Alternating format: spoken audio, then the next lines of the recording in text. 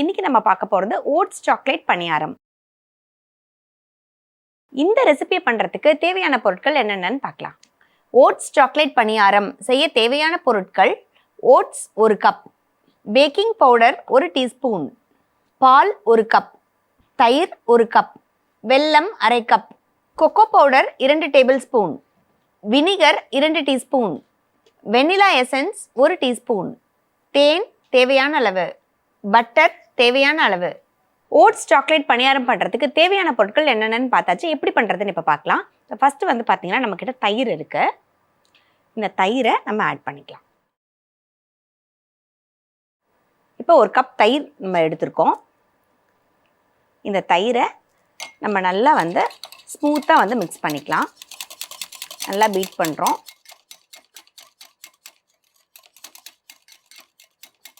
இது வந்து யூஷுவல் பணியாரம் மாதிரி கிடையாது. இது வந்து பார்த்தீங்கன்னா நம்ம வந்து ஒரு கேக் மாதிரி தான் பண்ண போகிறோம். இது கேக்கோடைய டேஸ்ட்டே இருக்கும். நீங்கள் வந்து இதே மிக்சரை நீங்கள் வந்து பேக் கூட பண்ணிக்கலாம். கேக் மாதிரியே நம்ம வந்து பேக்கும் பண்ணலாம். அடுத்ததாக இதில் இப்போ 1 கப் பால் ஆட் பண்ணிக்கலாம்.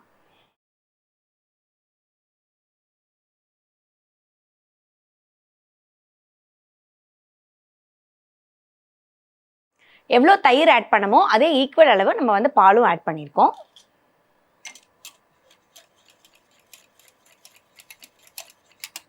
பால் தயிர் ரெண்டுத்தையும் சேர்த்து நம்ம நல்லா வந்து பீட் பண்ணிக்கிட்டு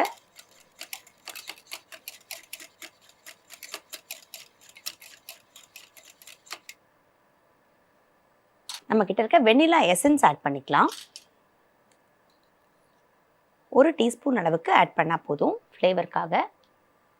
அடுத்ததாக இதில் நம்மக்கிட்ட இருக்க பேக்கிங் பவுடரை ஆட் பண்ணிக்கலாம். ஒரு 1/2 டீஸ்பூன் அளவுக்கு பேக்கிங் பவுடர்.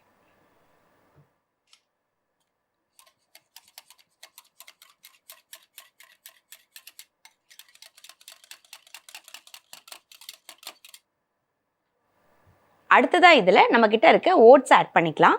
ஓட்ஸ் வந்து பார்த்தீங்கன்னா கம்ப்ளீட்டாக நம்ம வந்து நல்லா பொடி பண்ணிட்டு தான் ஆட் பண்ண போகிறோம். ஓட்ஸும் அதே ஈக்குவல் அளவு நம்ம வந்து 1 கப் அளவுக்கு ஆட் பண்ணுறோம்.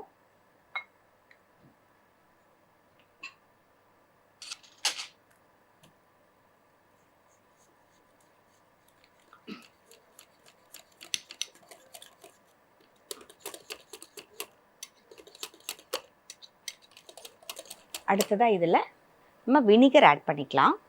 வினிகர் வந்து பார்த்தீங்கன்னா நம்ம வந்து பால் தயிர் ரெண்டும் சேர்த்ததுக்கப்புறம் சேர்க்கக்கூடாது. இது மாதிரி மாவு சேர்த்ததுக்கப்புறம் தான் நம்ம சேர்க்கணும். அப்போ தான் நமக்கு வந்து தெரியாமல் இருக்கும்.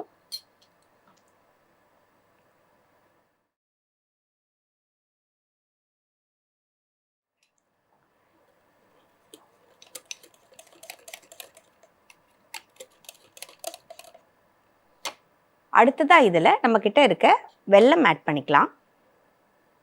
நீங்கள் வந்து இந்த இடத்துல வெல்லம், நாட்டு சர்க்கரை, ஹனி எது வேணாலும் நம்ம ஆட் பண்ணலாம்.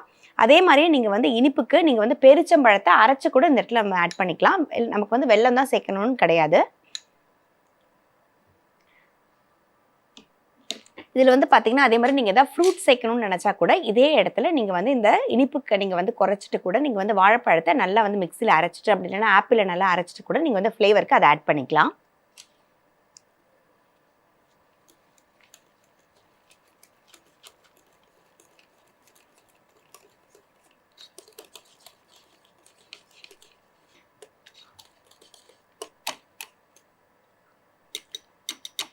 இப்போ எல்லா இன்க்ரீடியன்ஸும் நம்ம ஆட் பண்ணியாச்சு.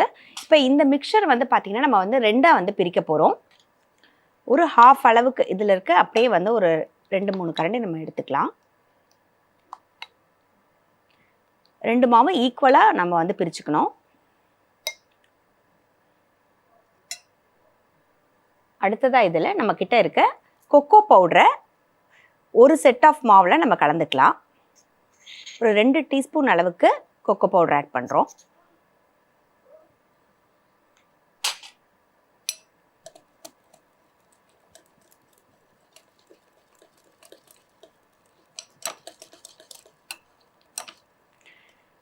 இந்த மாதிரி ஆக்சுவலி வந்து பார்த்தீங்கன்னா நீங்கள் வந்து ரெண்டாக பிரிக்கணும்னு அவசியம் கிடையாது. நீங்கள் வந்து ஹோல் மிக்சர்லையுமே நீங்கள் வந்து கொக்கோ பவுடர் தேவையானதை ஆட் பண்ணி நீங்கள் வந்து சாக்லேட் பணியாரமாக போட்டுக்கலாம். இன்றைக்கி வந்து பார்த்தீங்கன்னா அதே வந்து நம்ம ஒரு மார்பிள் எஃபெக்ட் மாதிரி ஒரு ஒயிட் அண்ட் பிளாக் கலந்து நான் வந்து உங்களுக்கு இன்றைக்கி பண்ணி காமிக்கிறேன். ஸோ தட் நீங்கள் வந்து இப்படியும் பண்ணலாம், நீங்கள் வந்து பிளெயினாகவே நீங்கள் வந்து பிளாக்காகவும் நீங்கள் வந்து பண்ணிக்கலாம். ஸோ இப்போ நம்மளுடைய மிக்சர் வந்து பார்த்தீங்கன்னா ரெண்டுமே நமக்கு வந்து பிளெயின் மிக்சரும் ரெடியாக இருக்குது, நம்மளுடைய சாக்லேட் மிக்சரும் ரெடியாக இருக்குது. இது வந்து நம்ம பணியாரமாக ரெடி பண்ணிடலாம். இப்போ வந்து பார்த்தீங்கன்னா நம்மளுடைய மிக்சர் ரெண்டுமே ரெடியாக இருக்குது. இன்னொரு பக்கம் நம்மளுடைய பணியார சட்டையும் காஞ்சிடுச்சு. நம்ம இதில் பட்டர் ஆட் பண்ணிக்கலாம். உங்களுக்கு பார்த்தீங்கன்னா தெரியும், எல்லாமே வந்து நம்ம கேக்குக்கான மிக்சர் மாதிரியே தான் இருக்கும் அது. ஸோ அதனால் நீங்கள் இந்த மிக்சரை நீங்கள் அப்படியே பேக் பண்ண கூட செய்யலாம்.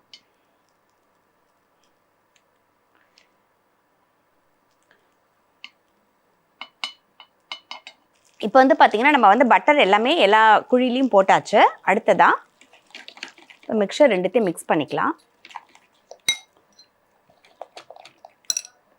நல்ல சிம் ஃபயரில் தான் இது நமக்கு வேகணும்.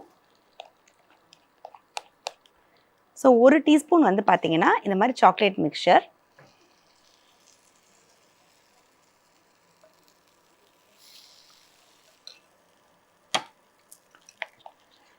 அடுத்ததாக இந்த ஒயிட் மிக்சரை போட்டுக்கலாம்.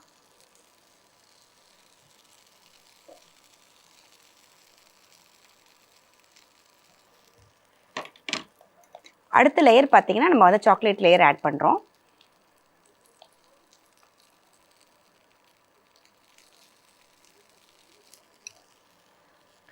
இந்த மாதிரி ஆட் பண்ணிவிட்டு ஒரு ஸ்டிக்கை வச்சு இப்படி லைட்டாக மிக்ஸ் பண்ணி விட்டுருங்க.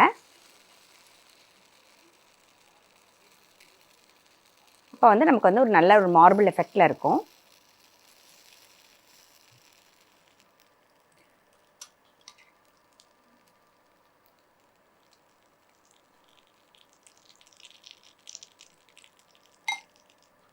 இதே மாதிரியே நம்ம எல்லா குழியும் ஃபில் பண்ணிக்கலாம்.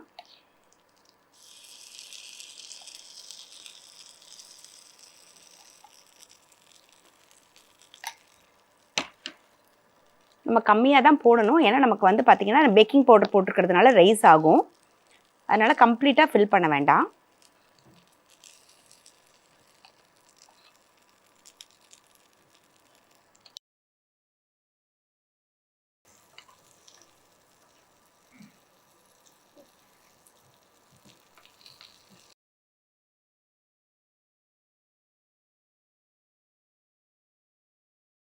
இப்போ நம்ம பணியாரம் பார்த்தீங்கன்னா எல்லாமே நல்லா வெந்துருச்சு. நம்ம வந்து இப்போ ஆஃப் பண்ணிவிட்டு சர்வ் பண்ணிடலாம்.